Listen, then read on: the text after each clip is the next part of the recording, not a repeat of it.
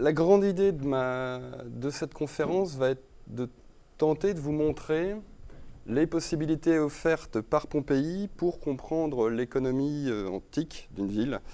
Une ville qui reste une ville moyenne, entre moyenne et petite, dans le courant du 1er siècle de notre ère. La vision classique que j'imagine que vous auriez tous de Pompéi correspond à celle-ci. C'est-à-dire une ville qui a été, au même titre que cette pauvre victime de l'éruption, qui a été figée, et donc qui constituerait une espèce de photographie de l'Antiquité. Il est probable que, au terme de cette conférence, votre vision change sur cette question. En tout cas, c'est dans ce sens-là que je vais parler. Et ce changement de vision va simplement complexifier les choses et permettre de remettre Pompéi à sa juste valeur et à sa juste dimension comme exemple parfois trop universel. Donc mon propos tiendra essentiellement en 2 points. Tout d'abord, nous verrons si Pompéi est véritablement une capsule temporelle, comme on peut en avoir l'impression trop souvent. Et ensuite, à partir de cette vision remaniée de Pompéi, je vous dresserai un bilan assez rapide de l'état des connaissances actuelles sur la production urbaine et j'essaierai d'évoquer très rapidement aussi quelques pistes qui permettraient de continuer et d'approfondir cette vision. Donc, Pompéi est-elle une capsule urbaine, une capsule temporaire ? On a l'habitude de considérer que Pompéi s'est arrêté en 79 au moment de l'éruption. Le principal problème est qu'en fait, avant cette éruption, il y a eu toute une série d'événements qui ont profondément transformé la ville et donc, du coup, ont transformé la perception que l'on peut en avoir quelques 2 millénaires ensuite lorsqu'on l'étudie. Le premier de ces événements est certainement le séisme de 62 ou de 63. Alors, je ne rentrerai pas dans le détail de la question de savoir si le séisme a eu lieu le 5 février 63, comme nous le dit Sénèque dans les questions naturelles, ou dans le courant de l'année 62, comme nous le dit Tacite dans les Annales. Toujours est-il que pendant longtemps, cette date de 62-63, et choisir l'une ou l'autre a ensuite en fait des conséquences qui dépassent largement le seul site de Pompéi, parce que ça a aussi potentiellement une influence sur l'histoire plus strictement impériale, et en particulier sur certains événements liés à Néron. Donc toujours est-il qu'il... Voilà, là, je ne discuterai pas de savoir s'il vaut mieux préférer Sénèque ou Tacite comme source pour déterminer la date de ce séisme. Il n'en reste pas moins qu'un très violent séisme a eu lieu à Pompéi au début des années 60 et il a été suffisamment fort pour être rappelé dans les sources littéraires. Au point que, pendant très longtemps, on a considéré que l'état de la ville, tel qu'ensuite elle a donc été observée par les fouilles, était lié à une absence ou un inachèvement des réparations de ce séisme de 62 ou 63, comme pourrait notamment en témoigner. Et la violence du séisme en question nous est témoignée par le Larraire de Caecilius Iucundus, où l'on voit le temple, notamment le temple de Jupiter, complètement renversé, y compris d'ailleurs une statue équestre dont le cavalier tente bien difficilement de maintenir son équilibre. Cette vision-là, extrêmement centrée et exclusivement centrée sur les sources littéraires, commence difficilement à avoir vécu. De toute façon, ce séisme de 63 reste et restera une des dates clés pour la compréhension de Pompéi. Cependant, depuis la fin des années 1950, à partir tout d'abord des travaux de Skefold sur la peinture, et en particulier sur la peinture de 4e style, où il voyait des incohérences dans le développement du 4e style, il y a eu des hypothèses qui ont été formées selon lesquelles il y aurait eu non pas un seul séisme, mais bel et bien plusieurs séismes qui se situeraient chronologiquement entre 62-63 et l'éruption. L'hypothèse de Scaffold a tout d'abord été repoussée, en particulier par les spécialistes de peinture, et puis finalement, dans le courant des années 80 et 90, de plus en plus d'interprétations des vestiges ont poussé vers cette idée qu'il y aurait pu y avoir une activité sismique continuelle à Pompéi. Alors, le véritable problème est que cette activité sismique continuelle est quasiment impossible à illustrer. Là, je vous ai mis le four de la maison des Chastes Amants, qui pendant longtemps était un des éléments, quelque chose de supposément clair montrant voilà la souris, montrant le séisme, enfin ces séismes, avec donc un premier séisme, celui de 62-63, qui aurait créé cette faille qui ensuite aurait été réparée. L'enduit est couvert de fumée, donc au moment de l'éruption, il y avait, la boulangerie fonctionnait. Et malgré tout, la boulangerie a été découverte par les fouilleurs dans un état tout à fait discutable d'inachèvement, et donc ça veut dire qu'il y aurait eu un deuxième séisme. Bon, la reprise des données sur cette boulangerie en particulier a fait que désormais, malheureusement, on peut l'écarter. Et en fait, si la boulangerie se trouve dans l'état dans lequel on la voit, c'est essentiellement à cause de déprédations successives à l'éruption. Et donc malheureusement, alors voilà, je crois, c'est assez horrible à dire en fait comme ça, cependant, je crois aux plusieurs séismes, à la multiplicité des séismes, à l'activité sismique continuelle entre 62, 63 et 79. Elle est malheureusement quasiment impossible à démontrer de manière simple, en tout cas. Cependant, cette question-là, quand même cela resterait une hypothèse, nous amène du coup aussi à revoir certains éléments traditionnellement interprétés comme étant liés au séisme de 62-63. En particulier, les dépôts de chaux que l'on trouve dans de très nombreuses maisons, doit-on les considérer comme... Alors on les considérera comme des travaux en cours et inachevés au moment de l'éruption. Doit-on les considérer comme des travaux liés au tremblement de terre de 62-63, liés aux tremblements de terre successifs, ou bien tout simplement aussi liés à des travaux qui devaient être des travaux normaux, qui devaient être faits et qui ont simplement été interrompus par l'éruption. La réponse à cette question est évidemment quasiment impossible à trouver. Cependant, il faut donc en permanence avoir en tête à Pompéi que non seulement il y a pu y avoir plusieurs catastrophes avant l'éruption, mais aussi que tout ne doit pas nécessairement être interprété dans un sens catastrophiste. De la même manière, il existe plusieurs friches urbaines à l'intérieur de la ville. Alors, celle-ci, depuis que cette photo a été prise, a été fouillée par la surintendance de Pompéi. Donc on attend avec impatience les résultats de cette fouille. Nous nous trouvons ici juste au sud. Voilà, nous étions ici, donc juste au sud des thermes centraux. Et vous avez ici sur cette carte la quasiment dizaine de friches urbaines, c'est-à-dire d'espaces qui n'étaient pas construits, qui étaient en voie de remblaiement, dans laquelle il y avait éventuellement des ordures qui étaient disposées. Même question. Doit-on considérer ces friches urbaines comme la conséquence de 62-63, comme la conséquence des tremblements de terre successifs, ou bien comme une situation normale qui serait quasiment impossible à voir par une archéologie normale, classique, en dehors de Pompéi?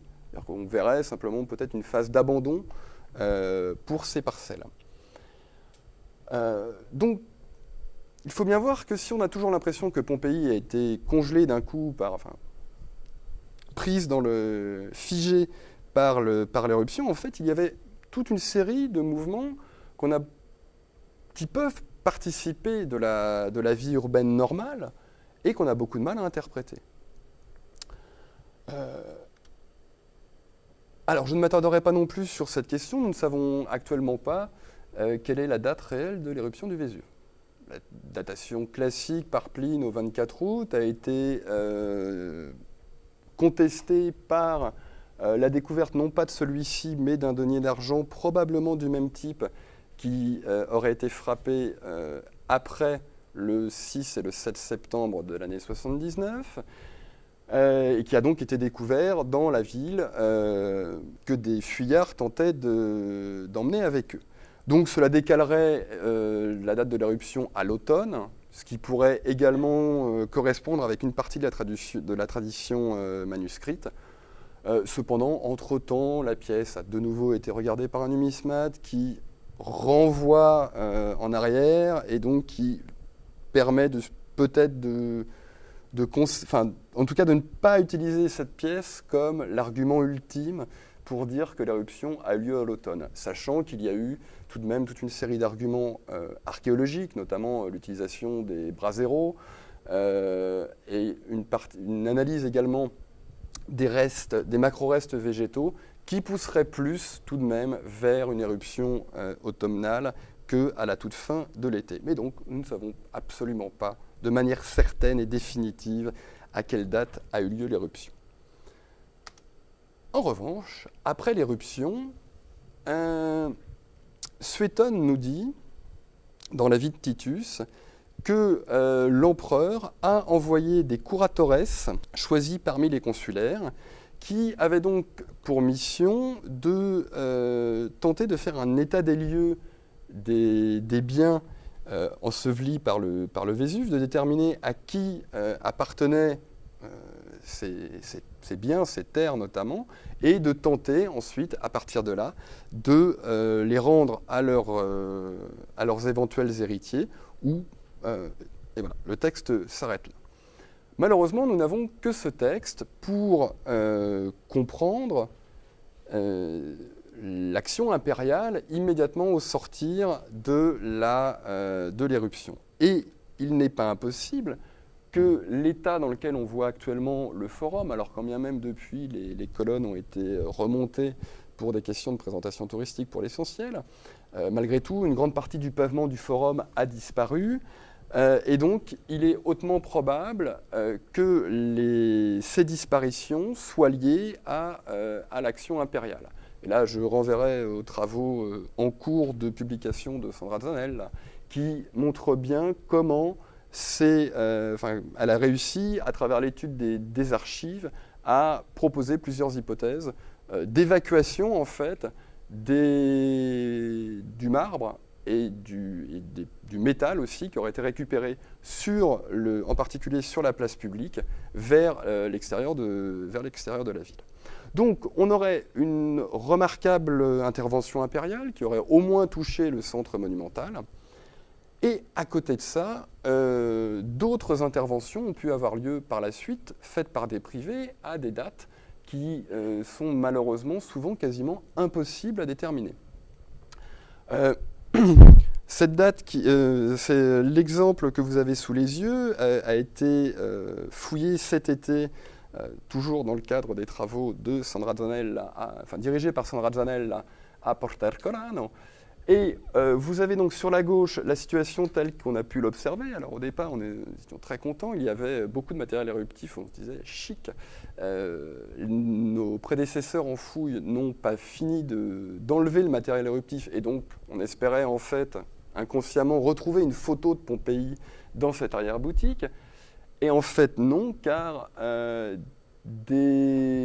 alors à un moment indéterminé, un tunnel a été creusé, et on le voit ici avant qu'il ne soit vidé, et ici après qu'il ait été vidé, là encore, pour récupérer du métal. C'est-à-dire que ce tuyau de plomb que vous voyez ici a été coupé net. En fait, il devait vraisemblablement continuer vers le dessus. Ils l'ont vu de l'extérieur, on ne sait pas comment, ils l'ont suivi, et ils ont ensuite, malheureusement, détruit un très intéressant aménagement lié à la métallurgie du bronze en le coupant en deux pour simplement suivre un tuyau en plomb. D'autres exemples peuvent être invoqués du même ordre, toujours pour les mêmes raisons.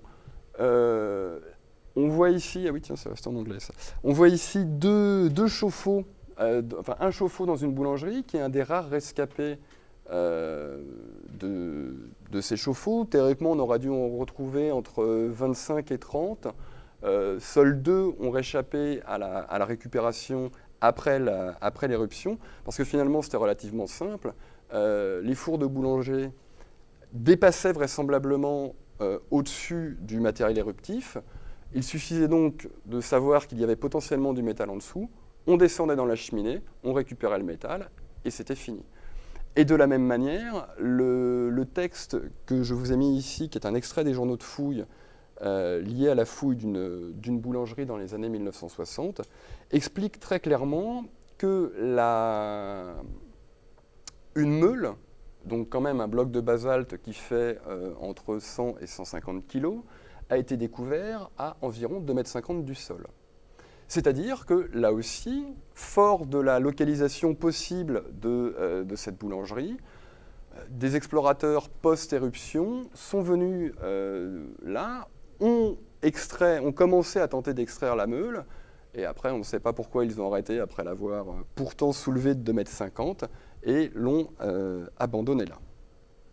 Et d'une manière générale, en fait, ce type d'exploration qui ont lieu entre au moins 79 et, mettons, 1748, même s'il n'est pas impossible que ça continue encore un peu ensuite, sont quasiment impossibles à dater, ont été généralement très mal observés au moment des premières fouilles et ont malgré tout causé des dommages à peu près irrémédiables.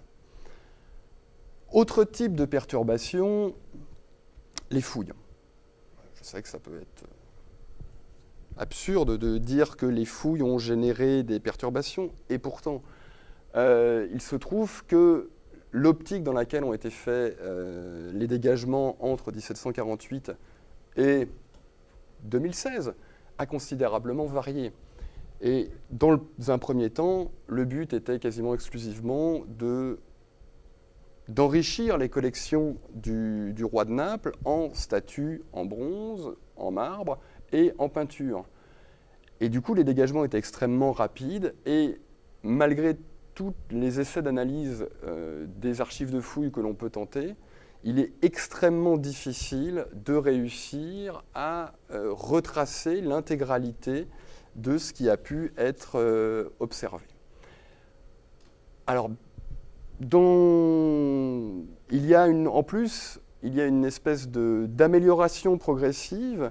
L'acmé de la bonne qualité des archives de fouilles, correspondant tout de même au règne d'Amedeo Maiuri et juste avant, c'est-à-dire en gros entre 1905 et 1942, donc ce qui est orange et rouge un peu vif, mais dans la seconde partie de son règne et même depuis, l'accès aux archives de fouilles, quand il est possible, est assez désespérant, c'est-à-dire que même des fouilles qui ont été faites dans les années 50 ou 60 sont d'une pauvreté en termes d'archives qui fait qu'on ne peut absolument pas savoir, ou très peu ou très difficilement, ce qui a été découvert. Et bien évidemment, au milieu de tout ça, les espaces de production n'ont jamais véritablement intéressé qui que ce soit, donc autant dire que les pertes sont encore plus dramatiques sur les espaces de production. Donc oui, Pompéi est indéniablement une capsule temporelle. Cependant, elle est endommagée à cause d'une part de perturbations antérieures à l'éruption.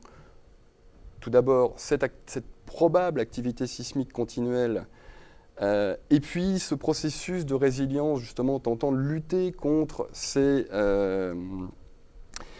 tremblements de terre au fur et à mesure, qui aura fait que la ville, quand bien même il n'y aurait pas eu des perturbations après l'éruption, était dans un état de travaux, de tenter de se remettre de ces premières catastrophes, et donc n'était pas dans un état normal.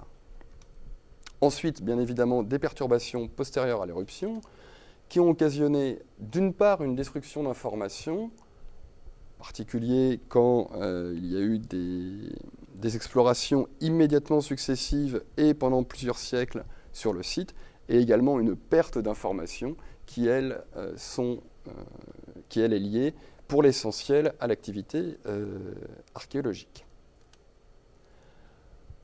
Bien, fort de cette image malheureusement un peu plus floue que prévu, je vais tenter de vous présenter comment il est malgré tout possible de percevoir les espaces de production à Pompéi.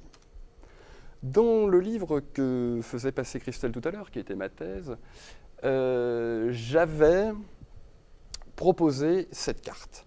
Cette carte était censée avoir tous les avantages du monde. Elle pouvait donner l'impression que, de cette manière, on avait une vision complète de l'espace, du paysage productif à Pompéi en 79. Au-delà de la simple identification des locaux, des ateliers, j'essayais aussi, avec une espèce de fausse représentation tridimensionnelle, de donner des informations quantitatives sur le nombre de dolias dans les commerces alimentaires, le nombre de meules dans les boulangeries, etc., etc. Effectivement, j'ai publié ceci en 2010. Le but était de comparer le paysage productif de Pompéi à celui d'Herculanum. Disons que quelques années plus tard, j'éviterai probablement de refaire cette carte, ne serait-ce que parce qu'elle est complètement pas fausse, mais disons qu'elle induit en tout cas des biais et elle fausse de manière évidente la perception que peut en avoir le lecteur. Tentons justement de reprendre tout ceci, même si je continuerai de m'appuyer bien évidemment sur cette carte. Une grande partie des espaces de production que j'ai pu étudier sont ceux liés au commerce alimentaire, qui se présentent tous plus ou moins de la même manière, à savoir un comptoir maçonné dans lequel sont éventuellement insérés des dolias qui pouvaient, en fonction des interprétations, contenir soit des liquides, j'y crois très très peu, soit des denrées solides en vrac, et donc ce type d'atelier, d'espace, de boutique, constitue le plus grand nombre connu à Pompéi, puisqu'on en a 158, pour environ 880 espaces de production et de commerce dans la ville. Alors, pendant longtemps, il y a eu une espèce de guerre latine autour de ces locaux. Fort heureusement, cette guerre latine, qui donc tentait soit d'utiliser le terme de thermipolium, transformé par les archéologues en thermopolium, espèce d'apax chez Plaute, bref, l'utilisation absurde d'un nom latin. Ensuite, il y a eu des tentatives aussi de les appeler popinés, ce qui n'est guère plus efficient. Et puis, donc, finalement, voilà, appelons-les simplement commerce alimentaire. Si véritablement nous avons besoin de leur donner un nom latin, nous pouvons les appeler Kaopona, Kaopone. Ce sera beaucoup plus simple et certainement plus juste à tout point de vue. Donc, de ce point de vue-là, on peut considérer qu'en l'état actuel, la recherche a atteint, on est arrivé à un bon niveau de compréhension de ce qu'étaient ces commerces alimentaires, de la façon dont on peut comprendre leurs aménagements. En revanche, une chose est sûre, c'est qu'il y aurait encore à faire, puisqu'il faudrait au minimum profiter de l'avantage supposément offert par Pompéi, et comprendre quels étaient les différents objets, les différents outils utilisés dans le cadre du fonctionnement de ces commerces alimentaires. Pour ne citer qu'un exemple, la boutique dite d'Azelina que vous avez ici en cours de fouille, présentée au public et restituée numériquement, n'a toujours pas fait l'objet d'une étude archéologique au sens du XXIe siècle qui soit complète. C'est-à-dire que le catalogue et le dessin et l'étude de tous les objets qui ont été trouvés n'existent malheureusement toujours pas, alors que vous retrouvez cette boutique utilisée comme exemple à peu près partout. Alors, un élément qui a fait couler beaucoup d'encre à Pompéi est celui de la filière textile. La filière textile a été utilisée depuis les années 70 jusqu'à très récemment, au moins jusqu'en 2013, pour tenter d'avoir une idée globale de la position de Pompéi dans l'économie antique. L'idée étant de déterminer s'il s'agissait ou non d'une ville tournée vers le textile, et partant de là, s'il s'agissait d'une ville de consommation ou d'une ville de production. Là aussi, les travaux récents menés en particulier par Miko Flor, Philippe Borgard, moi-même dans une très moindre mesure, ont permis petit à petit d'arriver à une image un peu plus claire, non seulement des différents locaux existants sur le site, mais également peut-être de la façon dont on peut les interpréter. Bien évidemment, il reste encore des problèmes d'interprétation, et en particulier sur ces ateliers-là, pour lesquels nous ne disposons pas de nom latin. Le nom latin d'Officina Lanificaria, qui a longtemps été utilisé, est une aberration à tout sens. Et donc ces ateliers sont constitués pour l'essentiel d'une table maçonnée dans laquelle sont insérées une ou plusieurs chaudières dites basses que vous voyez ici encore avec leur feuille de plomb et que vous voyez ici sans la feuille de plomb, c'est-à-dire c'est simplement d'une grande chaudière en plomb qui est chauffée par en dessous et qui permet donc de chauffer son contenu restant encore à exposer. Tous ces ateliers disposent également en général d'un bassin, et la plupart du temps disposent aussi, ce qui est une particularité tant à Pompéi qu'à Herculanum, d'un sol généralement constitué de briques, de grandes tuiles, posées à plat, laissant supposer qu'il pouvait y avoir de l'eau qui sautait un petit peu partout.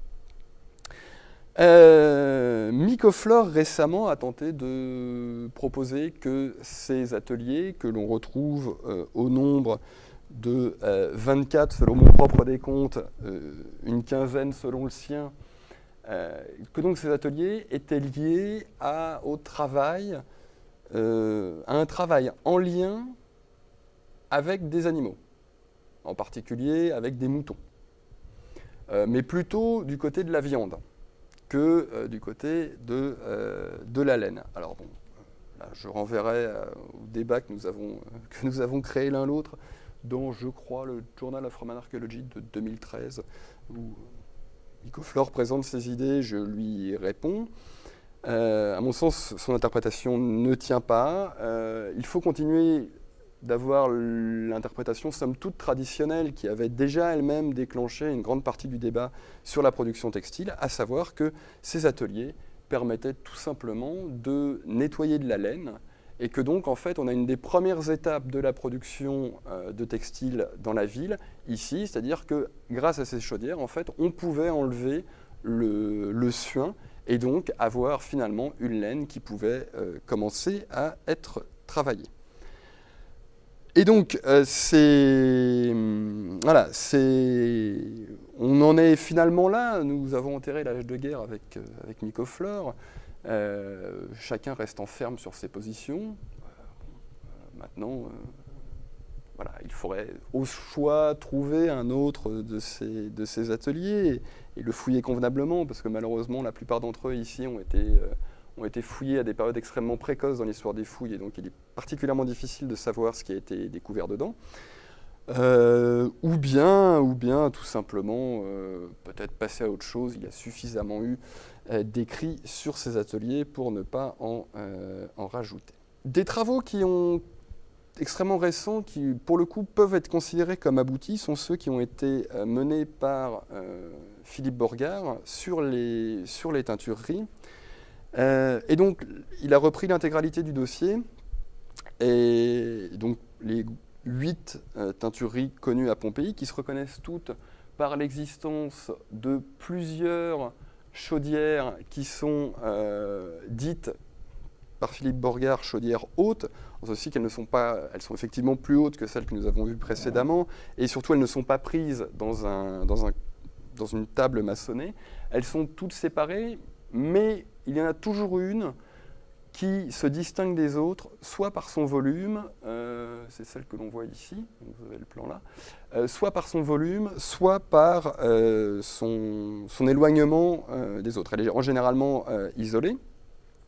Et donc cela, pardon, cela a permis à Philippe Borgard de comprendre qu'il s'agissait de cuves de mordançage, c'est-à-dire en fait permettant d'apprêter la laine avant le processus de teinture, en particulier en utilisant de l'alun.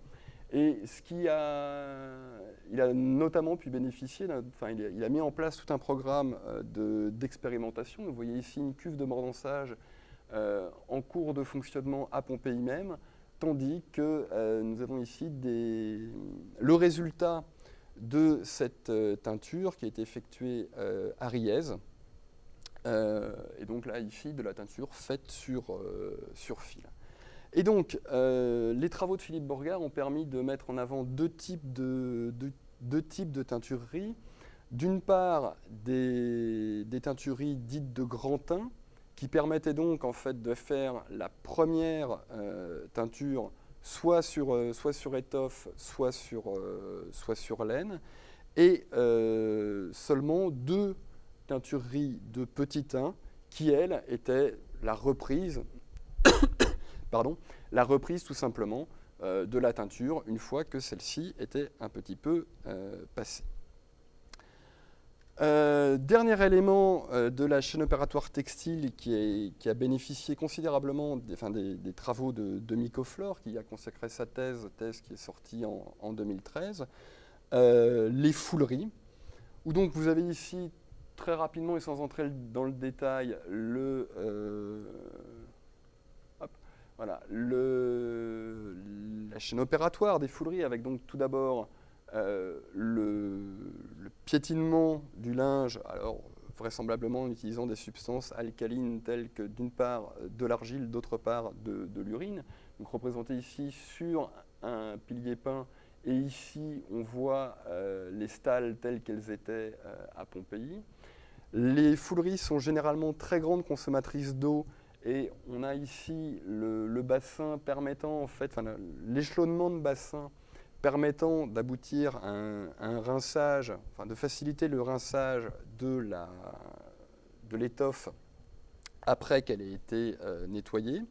Et puis finalement, les deux dernières étapes sont constituées d'une part par un peignage et éventuellement une sulfuration de l'ensemble, voire dans certains cas un repassage en utilisant une presse.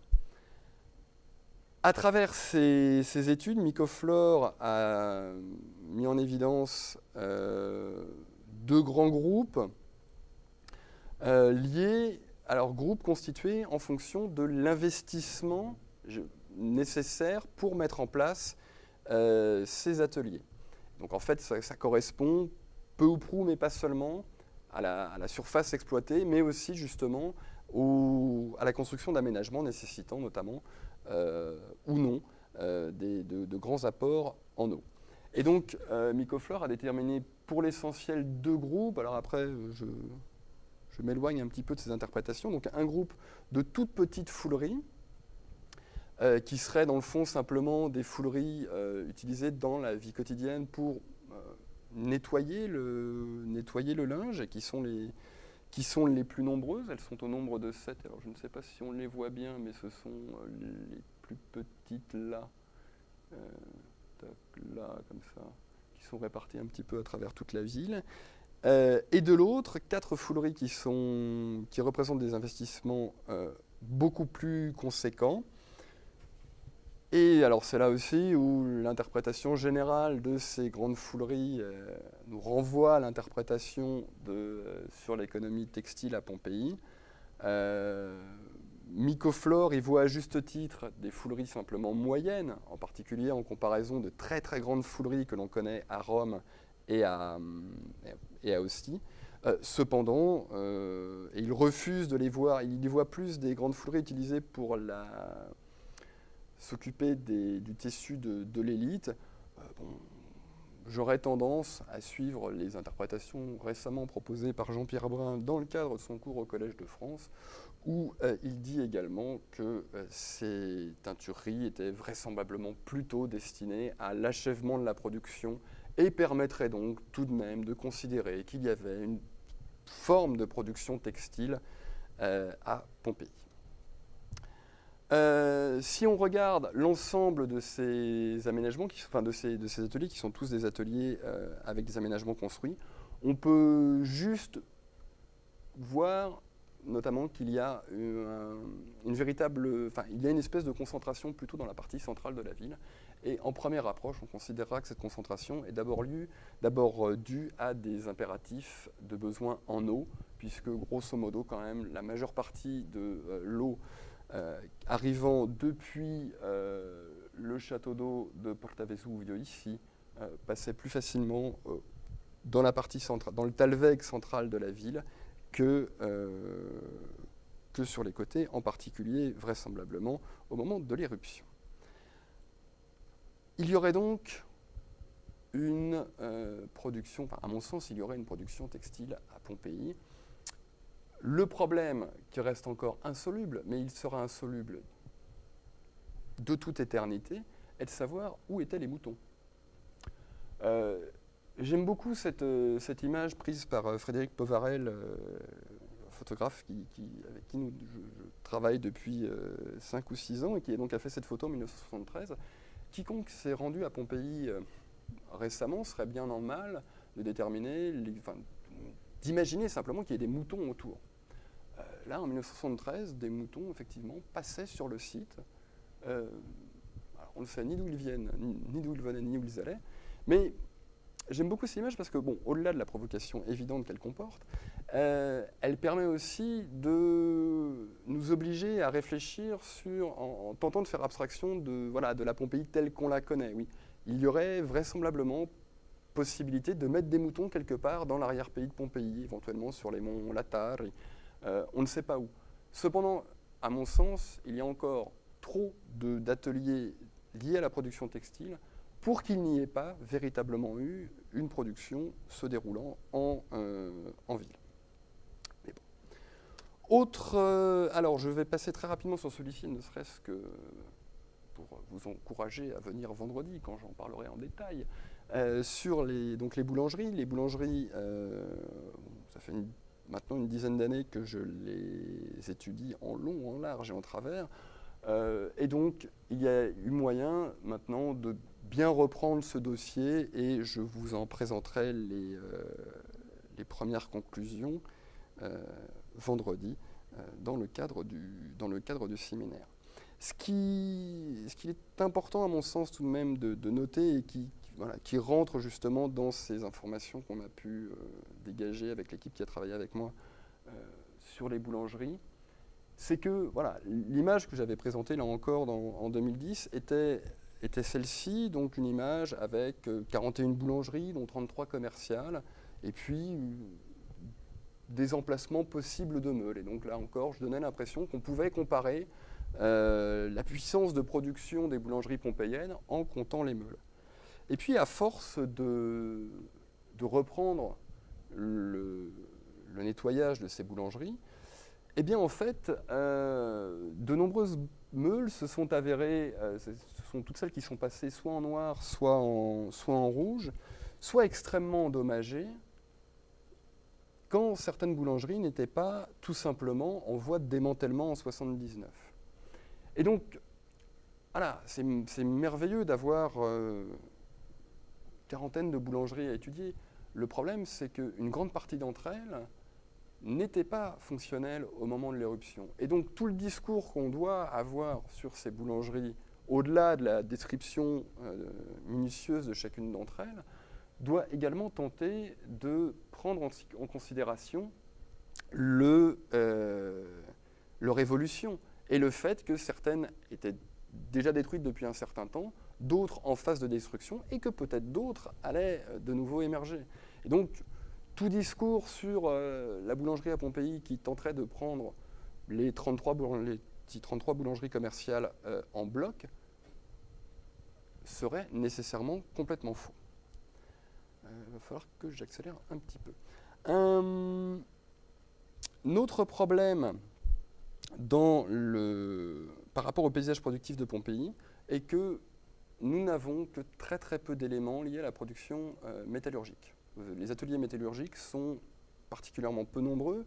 Vous avez à gauche un atelier de plombier fouillé il y a une dizaine d'années maintenant, et à droite, vous avez l'atelier mélangeant le fer et le bronze qui a donc été découvert cet été avec cette très jolie fosse de coulée de bronze moyen qui a donc été dégagée cet été et qui permettent d'avoir un nouvel atelier lié à la métallurgie à Pompéi. Mais si vous... Alors là, normalement, vous allez vous arracher les yeux car vous ne les verrez pas. Et pour cause, ils sont très très peu nombreux.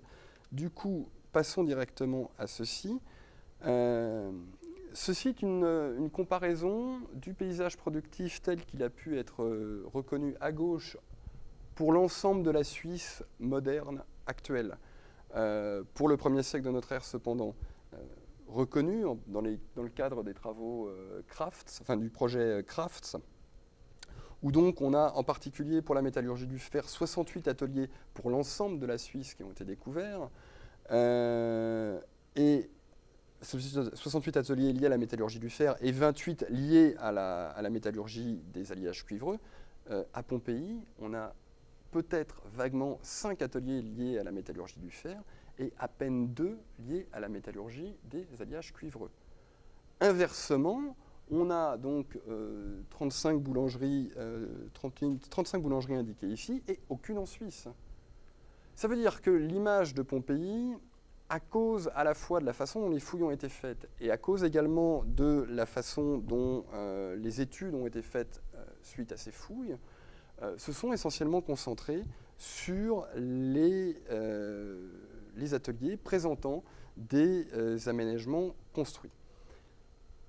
Revenons à cette image qui est complétée par rapport à la première version que je vous ai présentée tout à l'heure avec les jardins. Dans le fond, que nous dit cette image? Cette image nous dit que les Pompéiens ne faisaient que manger, éventuellement du pain. Malgré tout, ils nettoyaient et teignaient des pièces de tissu qu'ils n'avaient pas eux-mêmes tissées, parce que je ne vous ai montré aucun atelier de tissage. Cependant, et alors là sans détailler, ils buvaient peut-être un petit peu leur vin et éventuellement étaient parfumés grâce à des parfums qu'ils produisaient en ville. Voilà l'image que l'on peut obtenir de Pompéi en s'intéressant exclusivement aux ateliers ayant des aménagements construits. Bien évidemment, cette image est on ne peut plus lacunaire. Très rapidement, et donc il faudrait tenter de chercher ce que j'appelle la production invisible, toutes ces activités invisibles, et en fait tout ce que nous savons ne pas savoir, ce qui n'est pas forcément toujours évident. Voici une très jolie carte de répartition des ateliers de tissage tels qu'on peut les reconstituer en cherchant les pesons, les concentrations de pesons de tisserands. Donc il y a une quinzaine de pesons, de métiers à tisser pouvant être restitués. Et vous en avez un exemple ici, ce sont essentiellement des métiers à tisser utilisant des pesons en plomb. Et donc là, effectivement, dans cet atelier, il y a eu 80 pesons en plomb qui ont été découverts. Donc on est sûr qu'il y avait ici un métier à tisser. Cependant, ce nombre de 15 apparaît extrêmement insuffisant. Et peut-être la réponse se trouve-t-elle finalement à Herculanum, où un métier à tisser a été découvert, et c'est un métier à tisser vertical n'utilisant pas de pesons de ce type. Et donc c'est très simple. Si il n'y avait pas de pesons, le textile, la production textile est, bien que nous soyons à Pompéi, définitivement invisible. Le bois a certes été conservé, mais enfin seulement dans une très infime mesure.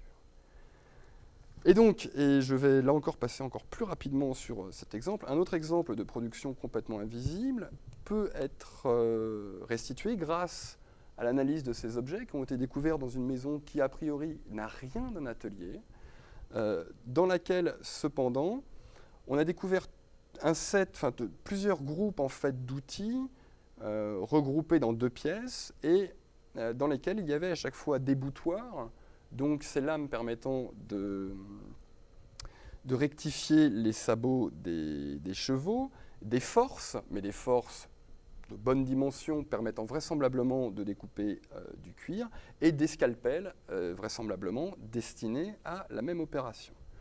Donc une analyse simple du plan de cette maison dirait, bah oui, c'est une maison à atrium, parce qu'il y a effectivement un atrium, et c'est tout, elle était dépourvue de toute implantation commerciale. Cependant, dans cette maison, je restituerais volontiers le travail d'un sellier et d'un maréchal ferrant, même si le terme est évidemment très mal trouvé, pour une période à laquelle il n'y avait pas de fer au pied des chevaux. Mais donc, quelqu'un travaillant autour des chevaux. Et là, c'est très simple, cette production est absolument invisible si on ne va pas chercher les objets. Un épilogue. Je vais tenter peut-être de mettre une petite touche positive par rapport à tout ceci. Donc Pompéi est une capsule temporelle très endommagée. Le tremblement de terre de 62-63 est et restera un événement, une date particulièrement importante et sensible pour l'histoire des études de Pompéi, mais il faut il faut continuer à considérer qu'il n'y a pas eu que ceci, et donc tenter de transformer aussi nos interprétations à l'aune de cette multiplication des secousses sismiques. Les lacunes de cette capsule, et c'est une des touches positives, peuvent encore être récupérées. C'est-à-dire qu'il est indispensable de, non seulement tant que des choses sont encore visibles, de continuer le travail de documentation sur le site, mais également de continuer et d'accroître les plongées dans les archives de façon à restituer autant que possible ce qui a été un petit peu perdu de vue depuis. Il est donc possible de prendre à Pompéi la mesure des pratiques économiques, à condition de sortir de vues trop partielles qui rendent notre perception parfois trop étroite. Cette vue est trop partielle, en particulier parce que, pour l'instant, et moi inclus, pour l'instant, on s'est contenté d'étudier seulement toujours la même filière, enfin une filière, et chaque filière séparément, sans jamais vraiment chercher à faire des liens entre ces différentes filières, entre ces différents secteurs de production.